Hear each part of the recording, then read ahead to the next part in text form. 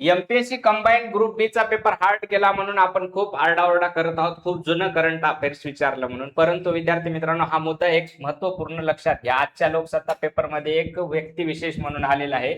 त्यामध्ये Robert Thurman यांचं निधन झालेलं आहे 16 जून 2026 ला. निधन 2026 ला झाले, पण त्यांना भारतातला चौथा अतिशय महत्वपूर्ण पुरस्कार 2020 ला मिळालाय, पद्मश्री. ओके, मग 2020 ला त्यांना पद्मश्री मिळालेले हे असं विचारल्यावर आपण म्हणू शकतो की खूपच जुनं करंट अफेअर्स विचारलं. जुनं नसते ते, काहीतरी त्याचा रेफरन्स आपल्याला असतो. तर जाणून घेऊया विद्यार्थी मित्रांनो, रॉबर्ट थर्मन कोण होते. कंबाईंड ग्रुप सी आणि तलाठी भरतीने आगामी सगळ्या परीक्षांमध्ये याच्यावर प्रश्न विचारला जाईल. अत्यंत महत्वपूर्ण व्यक्तिमत्व आहे. पूर्ण लेक्चर, पूर्ण पॉईंट शेवटपर्यंत बघा, कारण शेवटी त्यांचे मी बुक्स पण सांगणार आहे. ओके, तर हे कोण होते, तर विद्यार्थी मित्रांनो वयाच्या 17व्या वर्षी त्यांनी विद्यार्थी मित्रांनो फिडेल कॅस्ट्रो जे आहेत त्यांच्याकडे जाण्यासाठी, म्हणजे एक काय म्हणू आपण त्याला, साम्यवादाकडे वळण्यासाठी ते घरातून निघाले, पण भेटले दलाई लामाला. ओके, तिबेटमध्ये येऊन. आणि ते विद्यार्थी मित्रांनो बुद्धिस्ट एक अभ्यासक झाले, म्हणून प्रोफेसर. त्याच्यानंतर बुद्ध वाङ्मयाचे अभ्यासक, तिबेटियन सगळ्यांचे हे अभ्यासक, पुस्तकांचे लेखक होऊन गेलेले आहेत. बघा इथं दिलेली आहे माहिती, एकदम फास्ट मध्ये सांगतो. रॉबर्ट थर्मन असं त्यांचं नाव आहे. तिबेटी बौद्ध भिक्षू मार्गात स्थान मिळवणारे पहिले अमेरिकन आहेत बघा, बौद्ध धर्माची दीक्षा घेणारे. आणि 20 पुस्तकं त्यांनी लिहिलेली आहेत. 17व्या वर्षीच त्यांना अमेरिकेतून जीवन अनुभवातील सपकपणा जाणवला, म्हणून त्यांनी शाळा सोडली वगैरे वगैरे, तिकडे गेले.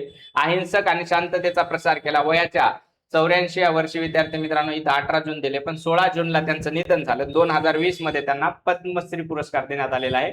भारतीय वाङ्मय, भारतीय संस्कृती जगभर पसरवली म्हणून. बघा त्यांच्याबद्दल माहिती जाणून घेऊया. 1941 मध्ये मॅनहॅटन मधील एका श्रीमंत कुटुंबात त्यांचा जन्म झाला होता. बघा, फिलिप एक्स्टर अकॅडमी ही त्यांची शाळा होती. त्या शाळेमध्ये चर्चा संवादातून प्रश्न सोडवले जायचे वगैरे वगैरे, चांगली शाळा होती. तरी पण फिडेल कॅस्ट्रो यांच्याबद्दल असलेल्या आकर्षणामुळे त्यांनी साम्यवादाकडे वळायचं ठरवलं आणि ते घर त्यांनी सोडले, शाळा सोडली. परत त्यांनी विद्यार्थी मित्रांनो पुढील शिक्षणासाठी प्रवेश घेतला हार्वर्ड विद्यापीठामध्ये. वयाच्या 18व्या वर्षी एका श्रीमंत मुलीसोबत एकत्र राहण्यास सुरुवात केली. एका गाडीचे टायर बदलत असताना लोखंडी तुकडा डोळ्यात घुसल्यामुळे अचानक त्यांचा एक डोळा सुद्धा गेला. बघा, त्याच्या या अपघातामुळे त्यांना मानवी आयुष्याच्या नश्वरतेचा पहिला त्या ठिकाणी जाणीव झाली, पहिल्यांदा नश्वरतेची. ओके, म्हणून अपघातानंतर शिक्षण आणि जोडीदाराची साथ सोडून ते मनशांतीच्या शोधामध्ये तुर्किस्तान आणि इराण मार्गे भारतात आले. भारतात आल्याच्या नंतर 1961 ला ते भारतात पोहोचले.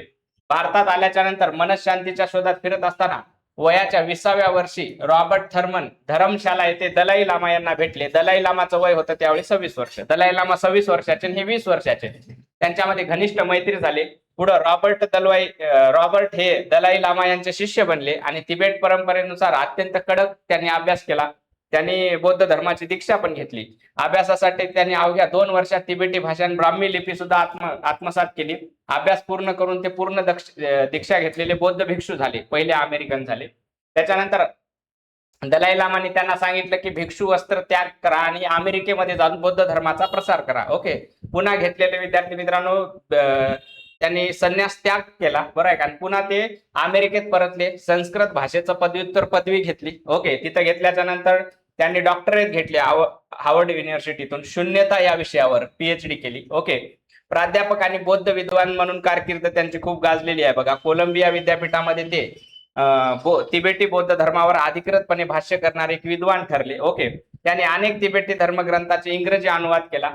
त्याच्यानंतर त्यांनी एक संस्था सुद्धा स्थापन केलेली. बघा, 1972 मध्ये प्राध्यापक म्हणून रुजू झाल्याच्या नंतर अमेरिकन इन्स्टिट्यूट ऑफ बुद्धिस्ट स्टडीजची स्थापना केली. ओके, हे विधान लक्षात ठेवा. तिबेट हाऊसची स्थापना केली. प्रसिद्ध अभिनेते रिचर्ड गियर यांच्यासोबत मिळून तिबेट हाऊसची स्थापना केली. यालाच अमेरिकेमध्ये तिबेट दूतावास असं सुद्धा म्हटलं जातं. बघा, ओके, त्यांनी जागतिक चालू घडामोडीवर नेहमीच तिबेटी बौद्ध दृष्टिकोनाचं भाष्य केलेलं आहे, बरं आहे का.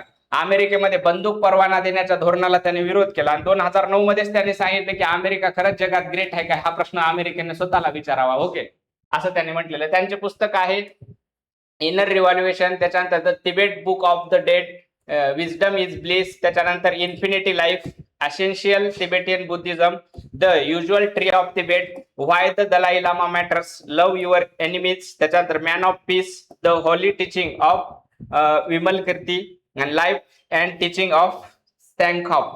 ओके, हे तिबेटियन नाव आहे.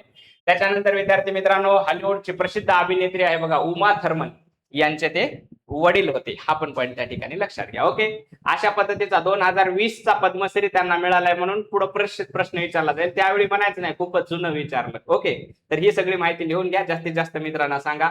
आपलं महा अकॅडमी ऍप घ्या, तिथे एमपीएससी शून्यातून स्वराज्य तुम्हाला बॅच भेटेल, त्या बॅचला ऍडमिशन घ्या. जास्तीत जास्त मित्राला सांगा. Thank you so much. Bye bye.